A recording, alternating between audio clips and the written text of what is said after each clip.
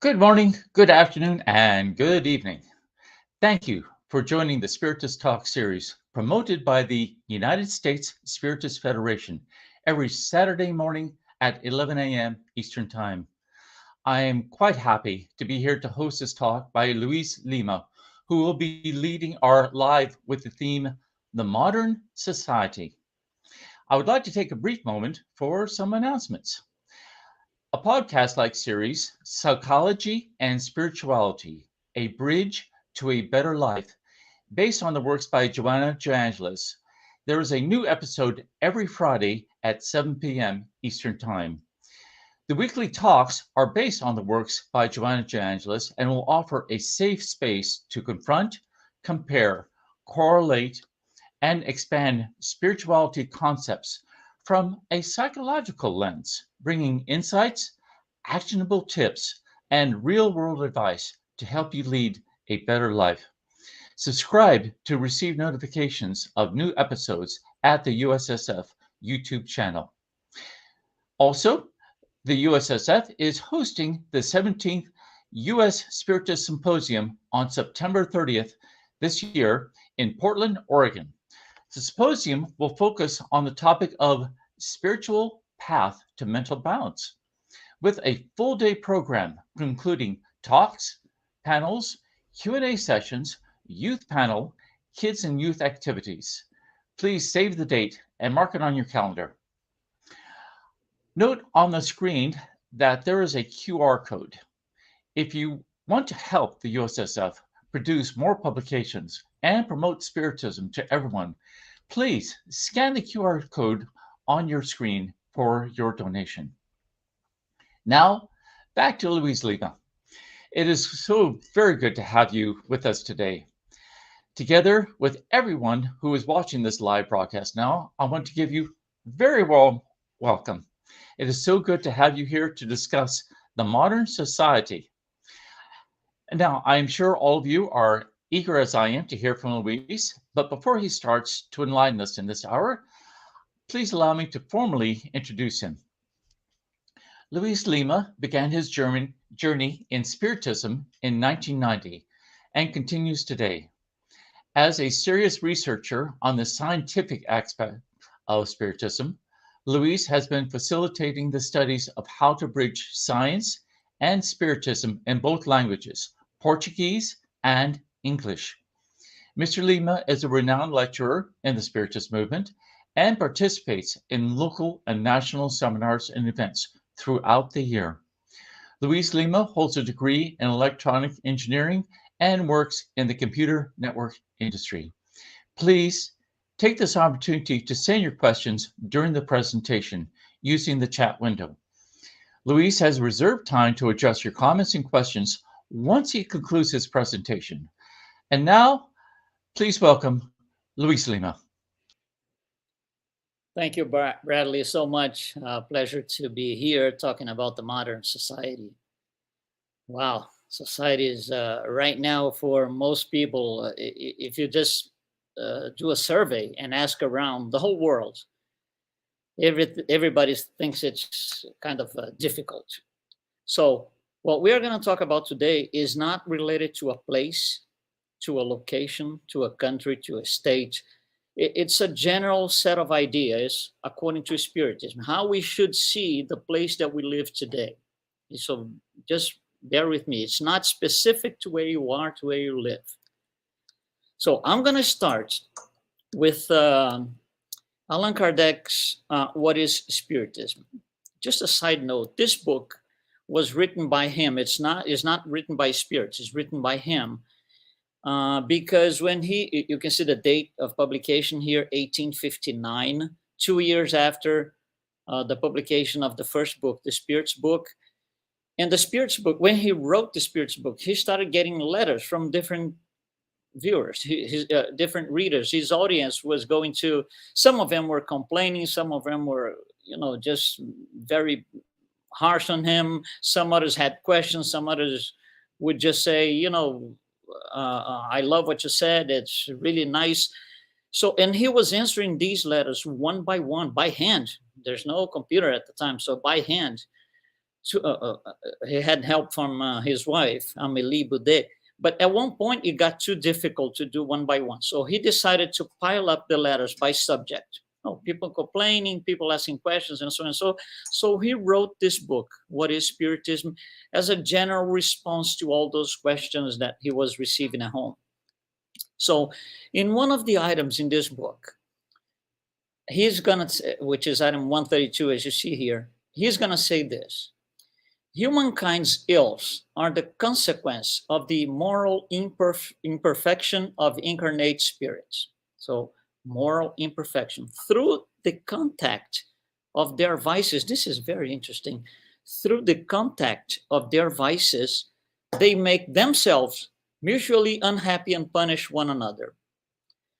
What this means is my set of vices will interfere with somebody else's set of vices, and vice versa, and that creates a snowball effect. So if you go from our previous incarnations, several incarnations ago, this comes piling up, and we end up in a society where vices are all over the place, and we hurt each other per se, because that's the point we got. So if you think about coming from life to life to life, each one of us, we are learning, we got questions, and there's got to be a point where, this point is different for everyone. It's not the same. There's going to be a point where we're going to make a choice, and we have two choices. One choice is the path of responsibility. What does it mean? It means, well, everything that I lived through, all my experiences and everything, my questions, my revolts, everything, stop. Let's make a list of everything that I have to deal with to make my own life better. And I'm going to look at my choices that I made in the past, so I can make better choices. I'm going to go through a process of moral refinement. But the important thing is, all of this is mine. Bring it over here, put on the table. I'm going to deal with this myself. So I'm bringing everything to myself. I am going to take care of all these things. That's the green path.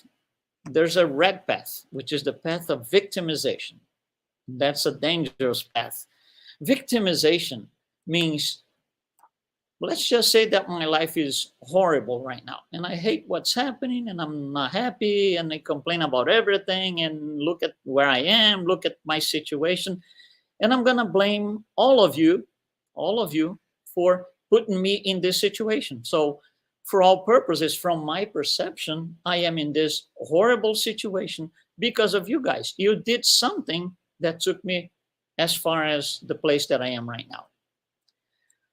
Well, that generates revolt, because now I'm not very happy with you because you did this to me from my perspective, right? And it keeps, in order for this to change, you would have to undo what you did to me to put me in this situation. When is it going to happen? Never. So it's going to just, it's the snowball effect. It's revolt, more tomorrow than today, more the next day, and more and more and more. And we get to a point where I call moral implosion. That's when we can't deal with us anymore. We just, throw our hands in the air, throw in the towel, and say, that's it. That will lead to dangerous things such as depression, suicide sometimes. It just puts this dark cloud above our heads where nothing is good, and I can't change because you have to change. If you have to change for me to get better, I have to wait for you. So I have to wait for this savior that will come in and take care of things. And I'm just going to wait. I'm going to cross my arms and wait. And I'm going to wait for a very long time because this is not going to happen. So the victimization path, which is a choice, again, is very dangerous. It's not going to bring me any benefit. Now, this is one person. When the whole society does the same, society means It could be a small group, it could be a whole city, it could be a country, it could be in the entire humanity. When the whole society does that, it really gets complicated. And that's where we are right now. So in order to better understand how we got into this situation, we have to look into our history. And we're going to look into our history. We're going to make 3 different passes in our history with looking at different things. So let's do a first path. I'm going to take 6 people in humanity throughout the times, and we're going to look at their lives. It doesn't mean that it's only 6 people. It means we're trying to pass a concept. So let's look at the life of Herod the Great, king of Judea. What is he known for? He's known for the fact that at a certain point, he overheard people talking that the new king was coming, and this new king had just been born, and he is the king. So he said, well, this is a threat to my position, to my power, to my situation here. How can I stop it? How can I make it not happen? Well, it's very easy. I'm going to eliminate the competition. So that's what he does. He eliminates the competition by ordering that all the kids, the newborn kids, be killed. That would guarantee his staying in power. This is what he did. Now, I want you to look at this from another angle. He was, forget the morality, please, for a minute. He was a great leader. Leader in the sense of ability to gather people and have these people follow him. He was great in terms of talking to governors and putting new buildings together, the infrastructure for the Jews. He was a great leader in the sense, please don't get me wrong, in the sense that the ability to be a leader. Now, morally, that's a whole different story. Let's look at another one. Emperor Nero, which by most historians to this day, he is considered the worst of all in terms of persecution of Christians, and really this a guy who was willing to just get rid of all the Christians. He wanted power, and he was told that the Christians could be on the way. So he decided to kill them all. Now, he was a great leader. He had a tremendous ability to lead people to do what he wanted. He was able to gather all the soldiers and the people within the empire to follow his intentions, to the point that, it was okay for non-Christians to set the city on fire. He was a great leader. Here's another one, Attila, the king of the Huns. The Huns was a set of tribes located on the northern part of the empire, actually outside the Roman Empire. And think about this, the Roman Empire at the time that's where money and power is.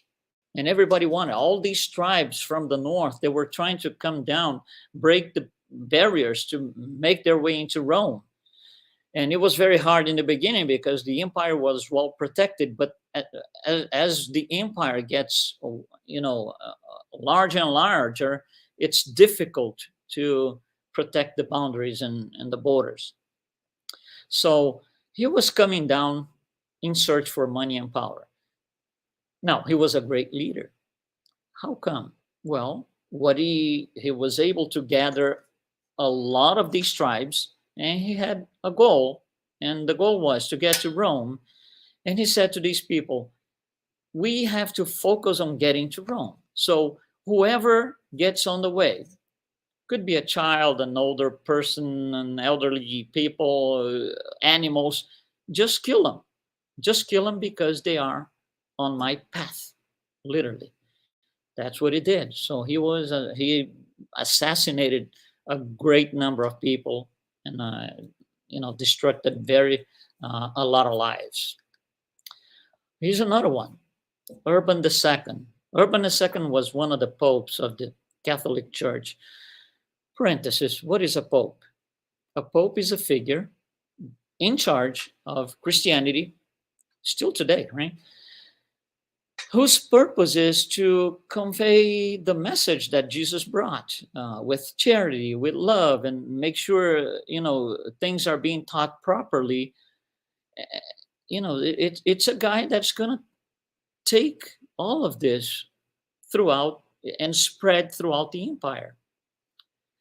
Well, in 1096, the Pope, you can close parentheses now, Pope Urban II decided that he was going to gather 60,000 people, not soldiers, people, to go down to Jerusalem and eliminate all the Islamic population. That's what he did.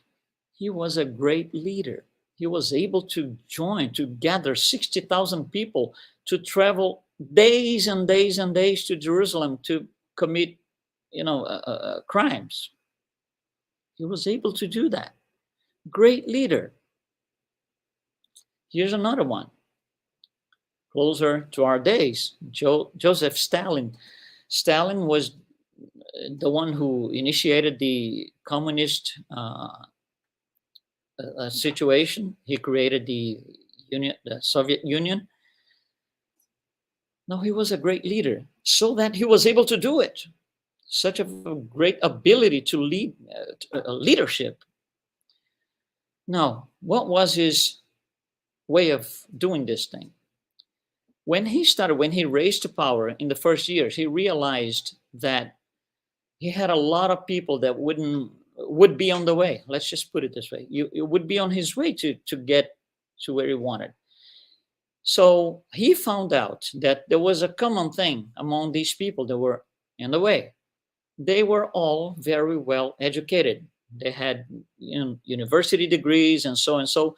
So he said, well, these people are going to be a problem for me. So what he said is, he determined that everybody that had and that was well educated should be eliminated. And that's what he did.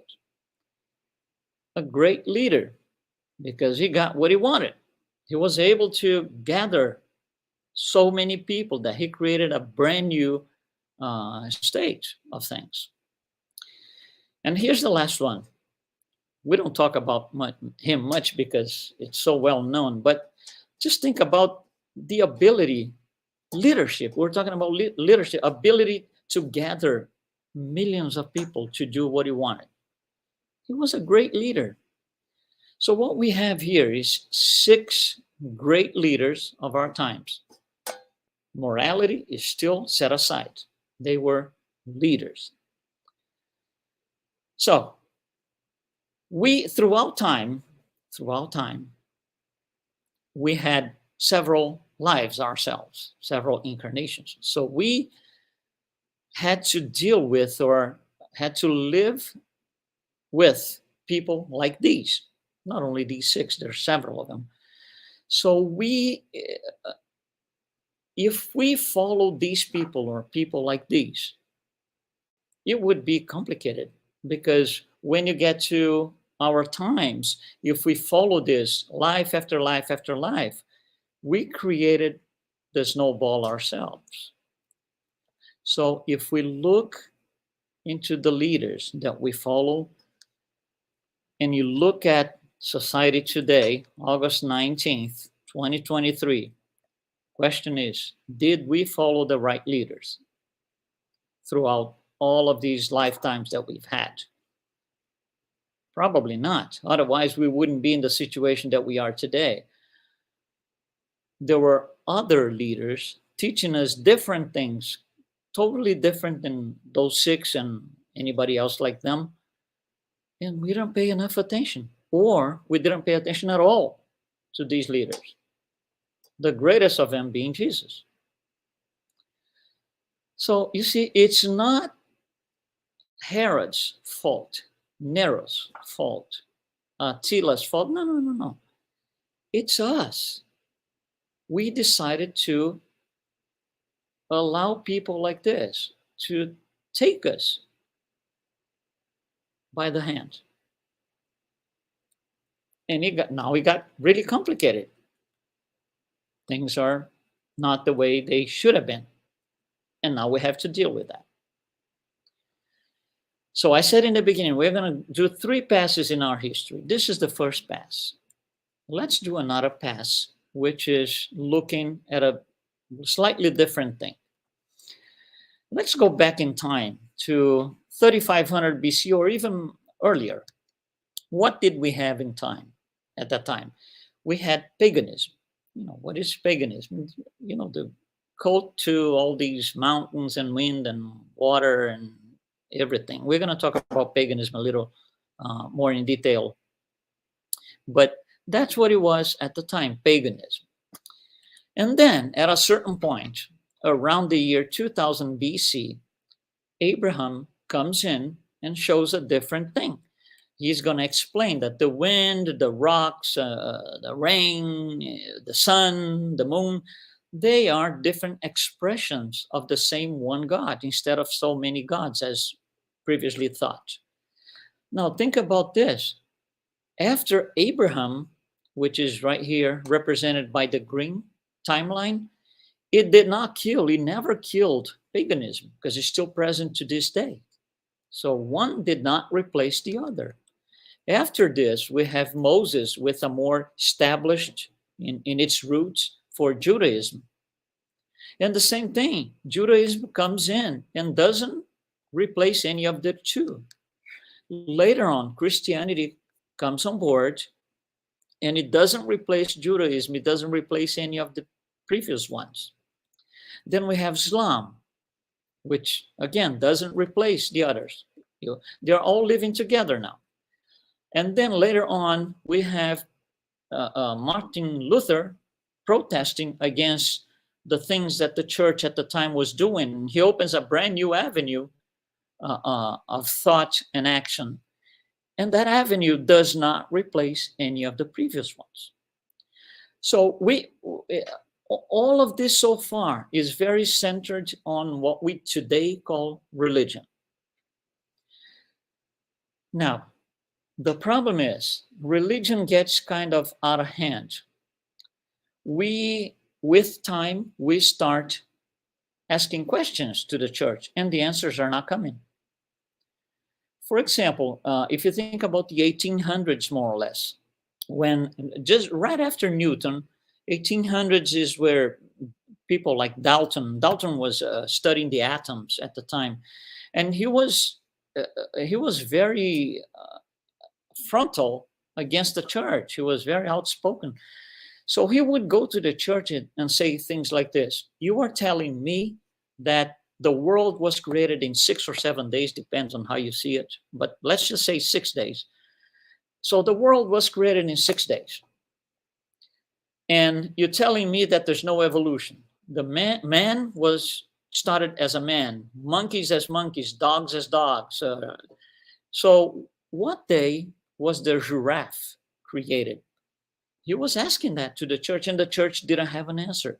But he brought this interest in the population to start asking questions, although they were not allowed to. But the answer from the church was always the same. This is not something you should ask. Instead of answering the question, they would say, this is not something you should ask. So the church became very uncomfortable with people like him. But things changed in 1859 when the works of Charles Darwin will start to bring new answers to these questions that we had for centuries and centuries. So things start to change. So the answer will come from, as of then, will come from a different provider of the truth. The provider of the truth before Darwin was the church. You wouldn't know in it. You wanted to know something, go to the church. After Charles Darwin and his book, The Origin of the Species, science became the new provider of the truth, and it still is. However, science does not take into consideration anything spiritual. Soul, spirit, religion, nothing like this. It's totally separate. However, science took over from the church. And then in 1953, we had another input to all of this. James Watson and Francis Crick, right here in New York, discovered the structure of the DNA molecule.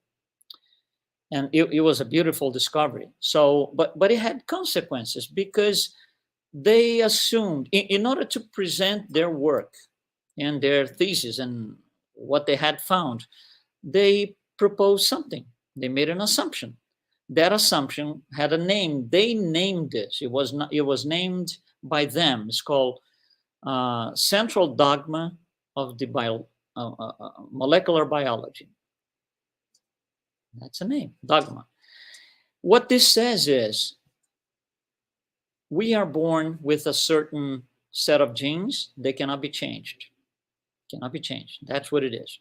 So in 1953, we bought the idea of this being correct. However, we knew at the time that genes were not only responsible for the color of my skin, the color of my hair, and a lot of other physical characteristics. It's also responsible for things like behavior, aggressiveness, impatience. So if genes cannot be changed, and I am a very aggressive person, it means I was born very aggressive, and I will express all this aggressiveness to the last day, and it cannot be changed. If it cannot be changed, I don't have to do anything. It's useless to make any sort of effort to be different because it can be changed. That is called victimization. We threw away responsibility here. So as of now, I am aggressive. I'm not responsible for it anymore. You go talk to my father and mother. They are the ones responsible, not me. So all of these lines that you see here, these timelines from top to bottom, none of them replace the previous ones. We are still living all of these things. So what happens is a complicated, distorted society in which materialism took over from spiritual affairs, soul, anything in that sense. So we have a society that is very competitive and very complicated. Again, everywhere. It's not in your city, it's not in your neighborhood, it's not in your country. It is just about everywhere. So, Spirit Viana de Carvalho, which uses Divaldo Franco as a medium, he's going to explain something beautifully to us. This is what it says. Let's go back. This is exactly what it says. Go back with me, 3000 BC. What we have is paganism. We mentioned that before. What exactly is paganism? Well, you have objects of idolatry, the sun, the moon, earth, wind, the mountain, everything, rocks. So you have these objects of idolatry. And in order to sustain that idolatry, they created, or paganism uses rituals, gatherings, and parties to sustain those things.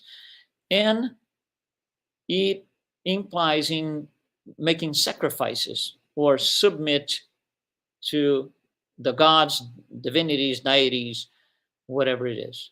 This is paganism. Then he says, okay, come back to today. Come back to today. What we have is about the same thing. Today we have objects of idolatry. We have rituals. And we do sacrifices. However, they're not the same.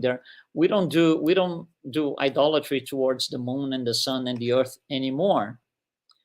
The objects of idolatry are 5 main ones: money, power, sex, drugs, and weapons.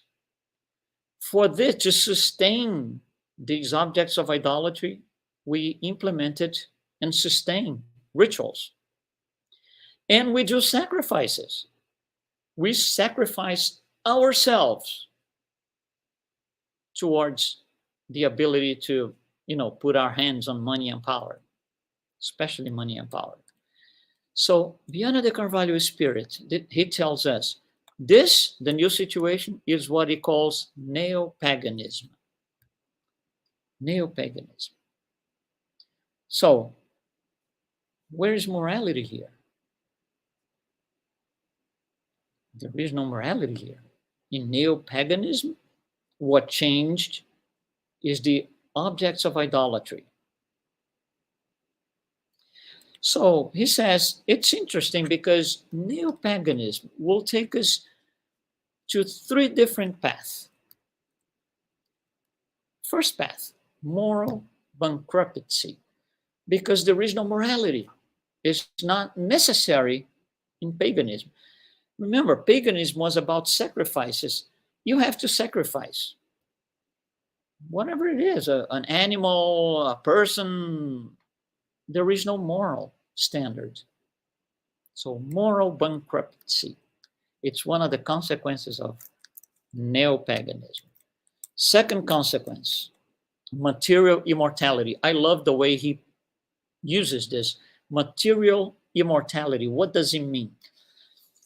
Think about that you are the most materialistic person possible. There's only matter, no spirit, no anything, nothing. On the last day you die and that's it, nothing else. So it all comes down to acquiring things, having things, possessions. So let's say, for the sake of the argument, let's say that all possessions in the world are the size of your desk. That's it. So on your desk, you have all the matter that is possible to be acquired right there. So you're happy because you have it all, 100%. You have 100%, so you're all happy. And then suddenly somebody goes to the very tip of your table and chips the table, takes a little tiny piece of your table.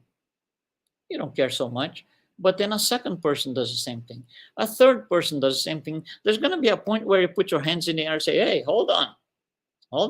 I'm going to be unhappy this way because I had it all. I was all happy. And now there are some people that are challenging me. So people like this, they don't see that dying will not matter. So what they do is, in order to preserve what they call material immortality, they eliminate the competition. So nobody's going to chip my table anymore. And I'm still going to be all happy 100%. And the third consequence is what he calls spiritual strabismus. Strabismus is that condition in the eye where it's very hard to see things. So you have to look to one side, then you miss what's going on the other side. Examples of spiritual strabismus. Abortion. Abortion is very arguable in our society. Okay, some people are okay with that, some people are not. So when there are situations where abortion gets more out in the news, it will be in the news for, let's say, a week, maybe 2, and then it dies out. Nobody talks about it anymore until the next event, and it goes back into the news. So in between, the first and the second set of news, it's still happening, but we don't look at it. We kind of put in the back burner. That's what spiritual strabismus is. Death penalty, same thing. When somebody, is put to the death penalty somewhere, the whole thing comes up. It makes into the news and so and so and so. And what happens? The person dies and we don't talk about it for another year, maybe 10 years, until the next one goes to serve the death row. So with this neo-paganism, these 3 things will create new values in our society, but they are fake values because they're not really values. And what are they? One, everybody does. Everybody does. Oh, yeah. So I'm allowed to do that too. No, you're not. If there's morality, no. If morality is set aside, is forgotten, that's a whole different animal. Everybody does is what our society goes by today, in most places. Here's another one. All of us in general, when we do things, we try to do the best we can, the best to our abilities. That's just natural to us. However, if there is no morality, we will do whatever it takes to get to our goals. For example, here's a very simple thing. Let me say that I'm a very successful manufacturer of pens, for example. Then, I make it better every day. I research and I produce better products. And let's just say that I reached I'm now the third best pen manufacturer in the world. But I wanted to be the first. Everybody would want it to be the first. However, the second and the first, they're way ahead of me. There's no way that I'm going to make it. So how can I be the best? With neo-paganism, eliminate the competition. Just eliminate the competition. So automatically, when I eliminate the first, I eliminate the second, I automatically become the first.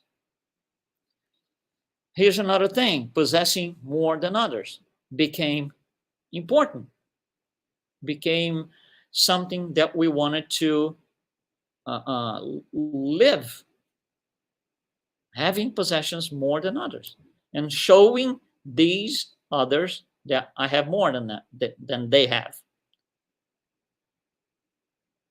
Neo-paganism, and here's another one. Expression of superiority. I'm going to express myself as being better than you are, much better. And at the top of expression of superiority is bullying, where I'm so much better that, I'm going to do what bullying does. This is absolutely awful. This is awful. But that's what Spirit Viana de Carvalho tells us. Let's do a third pass on our history. Let's bring 4 events in history. Number 1, Jesus and Barabbas. What happened here? Jesus is taken to Pontius Pilate. And by the way, Pontius Pilate knows he has no reason to be there. He knows, and he tries by all means to avoid the worst. So he talks and asks the population and tries to convince. He's not getting anywhere. So he has this brilliant, from his perspective, brilliant idea of bringing Barabbas, which is a known, well-known criminal, in jail, already in jail. And he tells the population, this is what he's thinking. I'm going to ask the population. I'm going to give you the opportunity to choose one of them to die and the other walks free. And he says, well, of course, they're going to vote for Barabbas to be killed. And Jesus walks out free. It kind of didn't happen this way. However, all the time, he knew that Jesus was not supposed to be there. And then we think about this, well, that was 2,000 years ago. This is not going to happen again. Bring this to your personal history. Bring this to your personal history. How many times, let's just ask this, how many times in a year do we do the wrong thing knowing what the right is? And every time we do this, we're signing off our actions as Pontius Pilate. So, in theory, this happens every day with almost everyone. So we are still sending Jesus to the cross every day. It still happens. It happened then as a physical event. It happens now as a moral circumstance. Here's another event in history. We briefly talked about this, the Pope, Urban II, and the Crusades. So we present a military Jesus in the Crusades, where the idea is to just kill everybody that we think should be killed. And the reason for that, for the Crusades, was the Pope thought or considered that the Islamic population had destroyed the cross where Jesus was suffered the crucifixion in Jerusalem. So they were going to go after the Islamic population to kill them as a retaliation. Very interesting. 1,000 years ago, 1,000 and some years ago. Don't we do the same thing today? When we think that somebody did something, we think, I'm not saying they did, we think they did.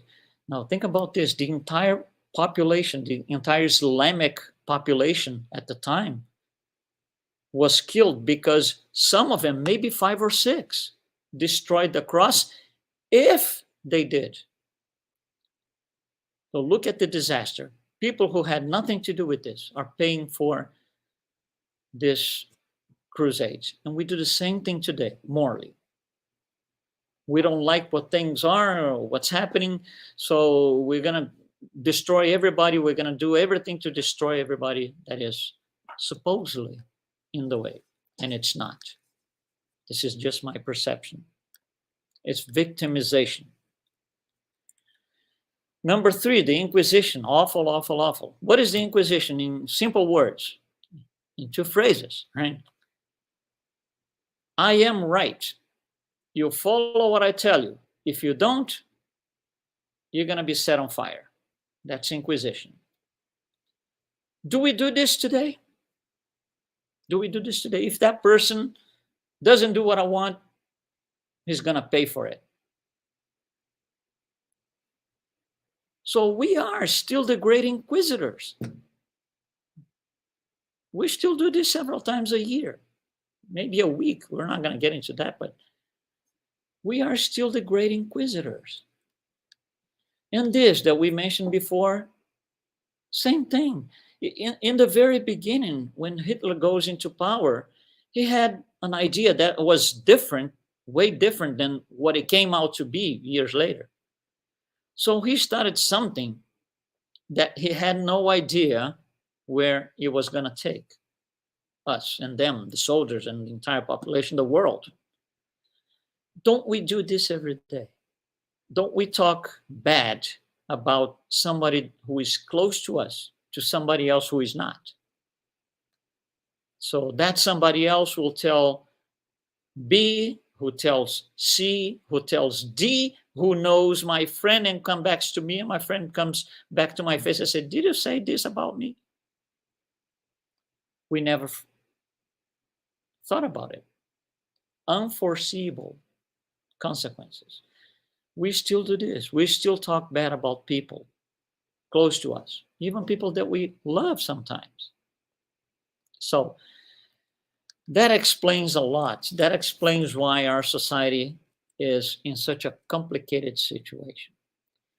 In terms of morality, we have moral values that were first presented to us on a hard tablet by Moses.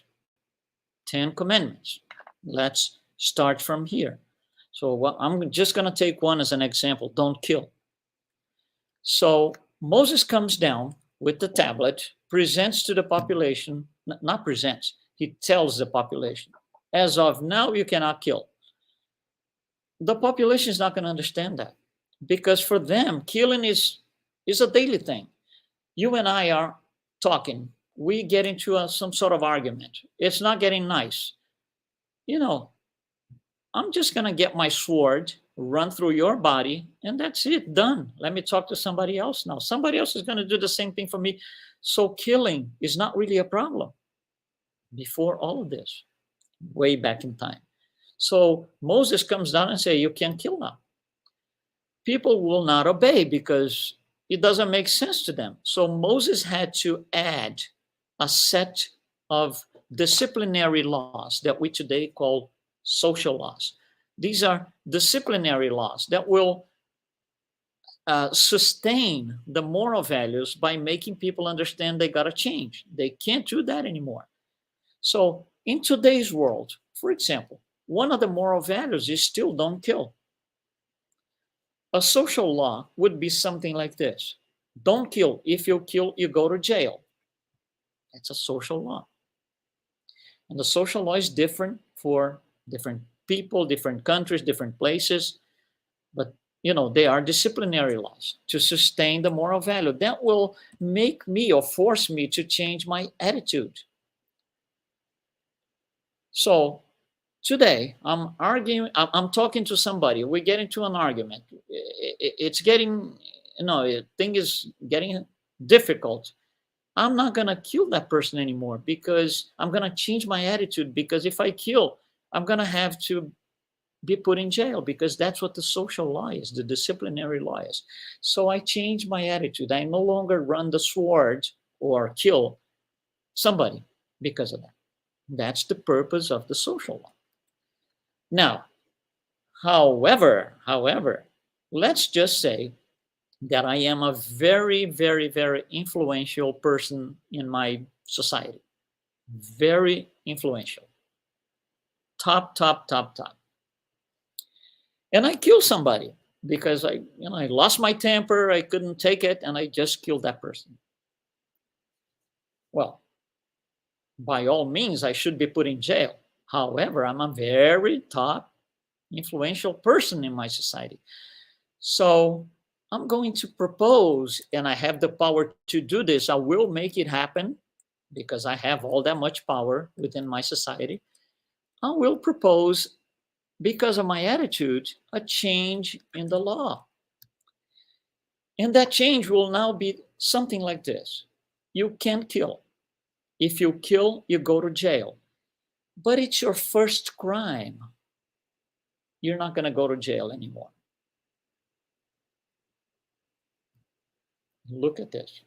And then if the first crime doesn't do it, I'm going to propose the first crime, because when I commit the second crime, then there's no way I got to go to jail. No, I'm going to change the law again. And I say, no, I need a second chance. I need a second instance in my, legal process here. So I'm going to be convicted in first instance, but not on second.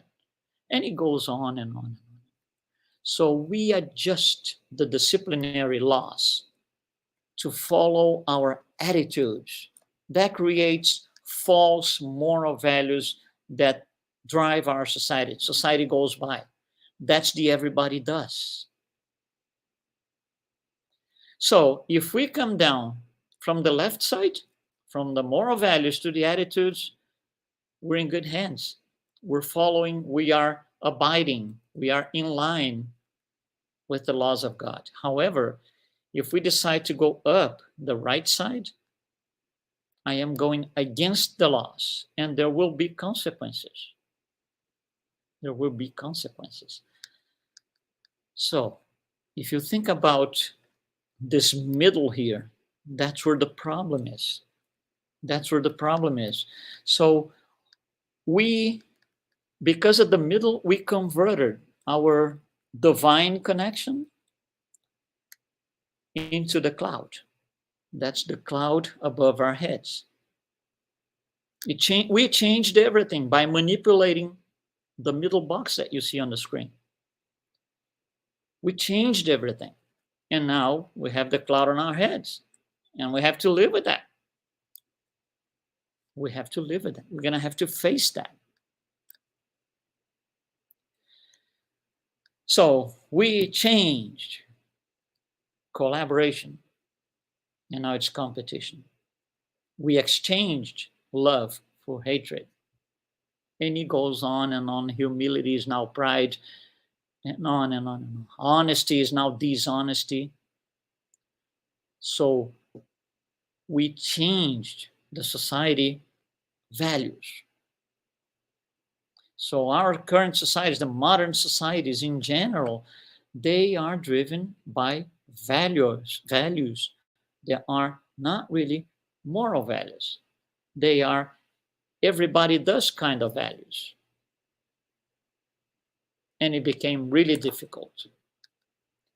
We would have to go back in time and find out where we got it wrong.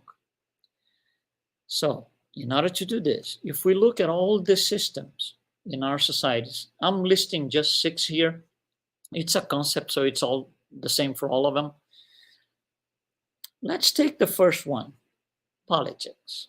How does it all start? It starts way back in time, most likely in ancient Greece, where what we have are separate tribes that are gathering now, because these people are nomads. They are walking, and then a tribe is walking in search of food and water, and they meet another tribe, and they'll say, oh, you're here, yeah, we've been here, yeah. So they got together. So these tribes, these tiny societies, if you will, right, or groups, they will gather together. So the population, the number of people, becomes relatively large at a point, and it becomes complicated because different people want different things. So it's very easy to disorganize the society. So what we do is we stop and say, hold on, we need to organize our society. Let's do this. Let's take some of us that belong to the society, and we are going to elect these people to keep the society organized. They'll look for things in the future. They will look for applying laws, and they will look for things that will make the society evolve in an organized way. That's how we elect or elected in the past politicians, the political system. Now, if you're going to take a certain number of people out of the society to place them in charge of the society, which ones are you going to choose? The ones with the best moral values or the ones with the worst moral values? The ones with the best moral values. And it is the same for all these other systems that you see on the screen. So everything is fine. Everything started with a very clear idea that we need people with high standards, high moral standards, to drive the society, to organize the society, keep it intact, and so on and so on and so on. However, when you look at August 19th, 2023, we go back in time and say, what was politics originally based on, or technology, or maybe healthcare system? And you look at it, it's blurry. It's blurry. I can't tell anymore. I don't know what it's based on. It disappeared. We can't trace it back. We can almost not trace it back. So these systems are standing on nothing right now. So they will disappear. They will implode, all of them. And some of them are already, in a certain way, more or less. Everything is going off tracks because the modern society is lacking morality. And that's where Spiritism comes in place. What is Spiritism? Spiritism is a body of knowledge that's going to teach us how and why to raise our moral standards, so we can be better people, each one of us. And in group, we can be a better society. Spiritism is a great tool, that will give us the ability to do that sooner or later. When? It depends on me, it depends on you, it depends on all of us. Thank you very much. We're standing by for possible questions, if any. So I appreciate it. Thank you. Thank you very, very much, Luis, for the wonderful reflections and information that you provided us today. We are now open for comments and questions. from the audience. And the first is from the U.S. Spiritist Federation. So, is Earth a school for fraternity or a regenerative prison? Yeah, Earth is a school, also a hospital, because, morally we are sick. So we need a place to be healed, to be able to rework our wrongdoings, if you will. Look at the past, to look our past choices, and understand that these wrongdoings, these wrong past choices, led us to where we are today. So yes, Earth is a school for fraternity, because that's what's going to take us away from where we are. Fraternity, charity, love, all these good things that Jesus tried to teach. He tried, no, he taught. Now, if we took the lesson home, that's a whole different story, because it's a personal choice. But yes, it is. The Earth is one of the planets for spirits undergoing trials and expiations. And that's the stage that we are, trials and expiations. We have to go through all all this process that will make us look at our past, identify the errors, the problems, the wrongdoings, and not do them again. Stop being Pontius Pilate. Stop being the great inquisitor. Stop being Urban II, and so and so. Okay, thank you very much for that, Luis. So our next is from the United States Spiritist Federation. How can we use Spiritism to keep our sacrifices from being too material and still have what we need? Yeah, I think Spiritism, one of the great books, which is one of the books in the codification, is the book Heaven and Hell. It's a very interesting book, has two parts, but one of the parts is a full-blown transcript of interviews with discarnate spirits that would show up in medium mystic meetings where Allan Kardec was participating with the mediums and so. And when you look at these transcripts, it's like you're asking in discarnate spirits. You're asking them, and they're telling us their answer. Some of these spirits are suffering because they did a lot of mistakes in their lifetimes. They did a lot of wrong things, and they will tell us. Some of them will tell us, especially the ones who are very attached to material things. He said, "I was trying to live a material life. Now I'm here, and I see." My big mistake. I threw out my opportunity to be better. Now I'm suffering here. I'm going to have to go back and suffer the same thing again. We start from the same point because I didn't advance on anything. I didn't try to be better in terms of, a fraternal soul, this charitable soul. I didn't do any of that. And I'm going to have to, I'm paying for it. I'm suffering, and I'm going to have to go back in and do this. So we have this information. We don't have to go through it to make sure this is what's going to happen. We already have the information. We already know. We have testimonies from all these spirits that we're doing what some of us are doing now. Okay, good to know.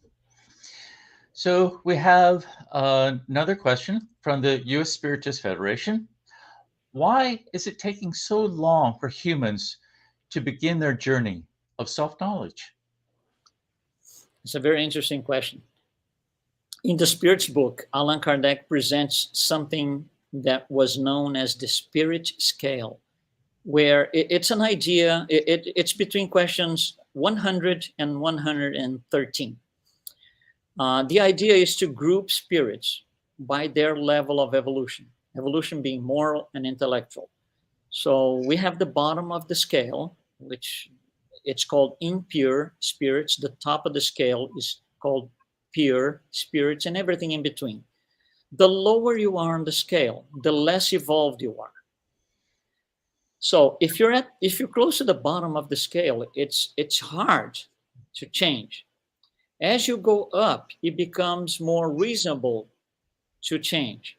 So why is it taking so long? Because the Earth, as a planet of trials and expiations, houses spirits in the lower part of the scale. Spirits that are still, in the very beginning of in the spiritual infancy. That's what we call, actually. And it will take time. It will take time for them to realize that, hold on, I'm tired. I'm tired. Isn't there anything different? And that will be the point where the search for anything different, for something different, will start. So it takes time. Yes, it takes time because it's trial and error. It's a lot of trial and error. Now, the problem with the spiritual infancy is the trial and error is identifying there was an error. That's where the time is. I can do something and realizing anything, not even spiritual. I can do something and realizing one day that I made a mistake. So now I'm going to search for something different, a different outcome, for a different outcome. But if I do not identify in one day, if it takes me 10 years to identify, I'm not going to do anything different in 10 years until it clicks one day. Oh, I got it. I got it. So it's different for everyone. However, most of us are on the bottom of the scale. So you will take time to realize that we're not doing the right thing. One of the ways to realize is looking at the history. That's what we try to do today. 3 different views in history. And the other is knowledge. Reading. Spiritism has a million books about it. And just make sure that you understand everything that is being read. Good insights and very helpful. So we have a question from the United States Spiritist Federation. Can we change the way we think, our desires and wants within our earthly lifetime? Look at Paul. Look at Paul. That's what he did in one lifetime, from Saul to Paul. We are all Sauls now. We can all be Paul? Yes, we can. Is it easy? Not at all. Most of us, the great majority, will not be able to do it in a lifetime. It doesn't mean that it's not possible. It's a combination of things. Knowledge that we are provided with from Spiritism, even history, historical facts, and a willingness to do this, meaning willingness to love. So we can stay in the cloud, or we can reattach the divine connection, or we can leave the cloud above our heads. Good advice. So we have another question from the TVCEI International Spiritist Council. Will humankind need some form of religious innovation to hasten its process of spiritual enlightenment? Well, then we go back to the situation with the word religious. Right? Religion can be 2 things. Can be organized religion, and we have 41,000 denominations of Christianity. I'm going to say that again. We have 41,000 denominations of Christianity, and they're all organized religion. Spiritism is not organized religion in the sense that, what is organized religion? You have a sacred book. Whatever is in there cannot be discussed or argued or talked about. That's it. We have priests and rituals. We don't have any of these things. So religious innovation, if religious innovation means bring another organized religion, not necessarily it's going to help, because it's ideas brought in by a group, by maybe one person. What we need is really spiritual enlightenment. That's where we want to go to. But then we need input into the soul, not into the head. Organized religion, it comes first from the head. It doesn't reach the soul. That's why so many people revolt against some organized religion and say, I'm not doing this anymore. I'm walking out because it doesn't make sense. So we have to have faith with reasoning. Faith with reason. Faith that we are able to, that we will get help from above to do it. But with reason, not victimization. Reason, responsibility. I have to do something. Crossing the arms and sitting here in the chair is not going to make me go anywhere. I have to do something. Faith with reason. It's a good thing to think about. We have a comment from Yasko Arakawa. Hi, Luis. Great talk. For those individuals and groups that do not believe in reincarnation and immortality, what argument may we use to enhance their sense of fraternal righteousness? Thanks. Yeah, the arguments. So if they don't believe in any of that, there are two people who don't believe in immortality or reincarnation. First is materialists. They don't believe in anything like that. The second is some parts of spiritualism. They believe in immortality, but not reincarnation, which is different. Immortality could, you die, your soul lives forever, but not necessarily you reincarnate. So there are two things here. For the materialist, what's difficult is they question the very source of everything, which is God. And their argument is awful. Their argument is, think of a war. This is what they say, right? It's not me. I'm repeating their ideas. Think of a war or a crime. Think of a crime, simple crime. Somebody shot somebody. On that place, on that moment, God was not there. That's their argument, because you tell me God is love. In that moment, there was no love, so God is not there, so God does not exist. That's their argument. And this is because it's a binary approach to the situation. Either there is God or there isn't. When it's not this, God is not physically present. Remember, for a materialist, it's physical or it doesn't exist. So if God doesn't show its face, it doesn't exist for them. And that's where it got wrong. So what's wrong is the idea that they use as a source for reasoning and think. Changing the source of reasoning on anybody, so on any subject, isn't easy. I think the way to do this is discussing. First of all, the person has to have the interest. If they're not ready, if it's not their moment, forget it. We're just going to be, talking to the walls. They have to be ready. There was a time when you and I were not ready for this. There was a time many lives ago that you here watching me and myself, we were not ready for this thing. We were given the opportunity to wait for our time to be ready. Now that we are ready, we understand this. So a lot of times what we want to do is just buy 10 sets of Spiritist codification and give it away to 10 people. It doesn't necessarily help anything. It's about talking to these people. It's about especially showing them with our actions, not words, who we are. See, a lot of times what happens is you go to your work environment and you are a Spiritist, the others are not. Each one has their own belief system. So sometimes somebody's going to come to you and say, I wanted to talk to you. Can you give me 5 minutes here in the corner? Yeah, what is it?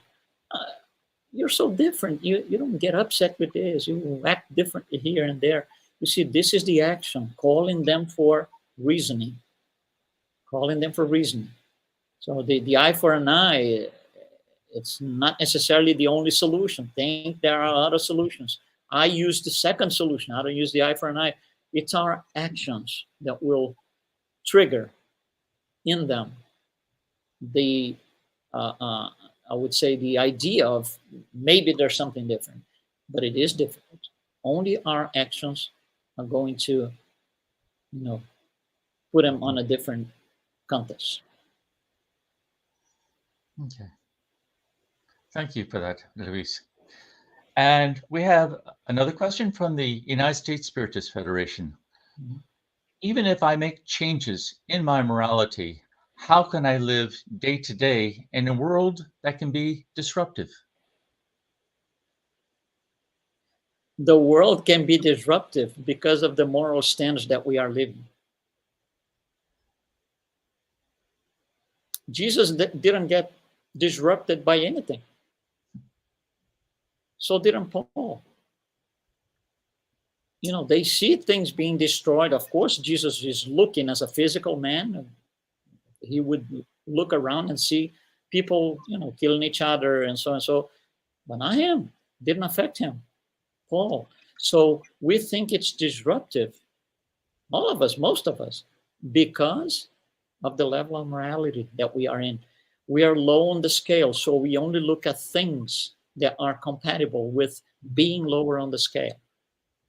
For example, unconditional love, it's not in the bottom of the scale, so we can't see it. We can't see it. We can't do it. Unconditional love, it's something that we know, but we can't sustain. For example, when you have a young kid, for example, let's say 2 years old, right? And you did something, or you tell them not to do this, and they got mad.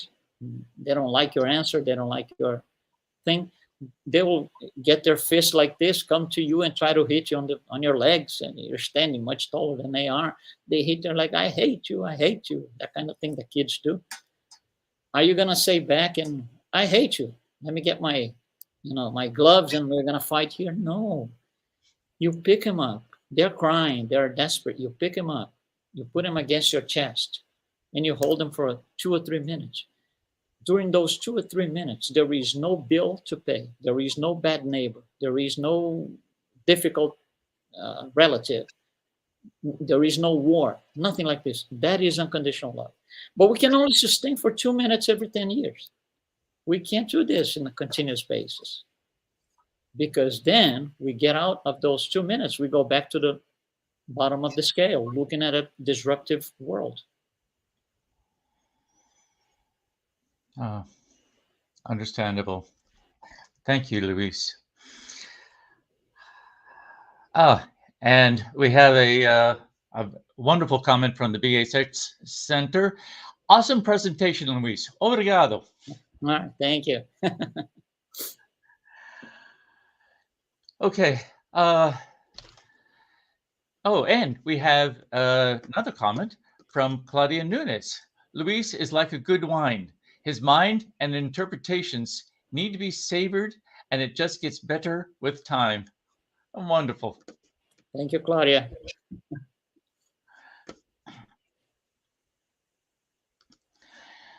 So thank you very, very much, Luis, for what you provide today.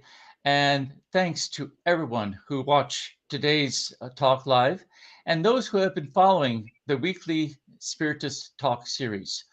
Next Saturday, August 26th at 11 a.m. Eastern Time, don't miss our next live when Joaquin Eleuterio will be discussing Honor Thy Father and Mother.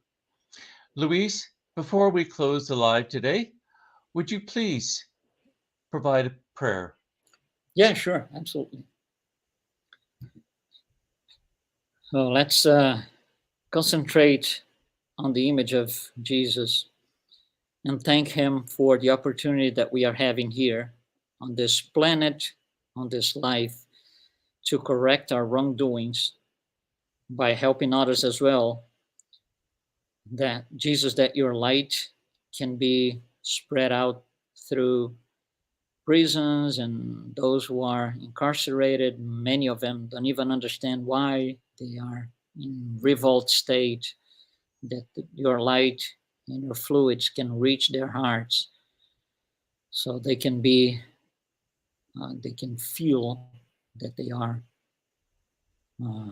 will be better one day. Same for those in hospitals, in hospital beds being treated, that they can be, that they can use their time to think about their lives, past wrongdoings, that when they are out, they can resolve or start resolving their questions and situations.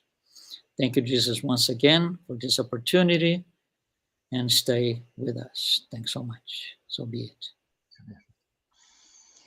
Thank you, and may everyone have a calming and mindful weekend.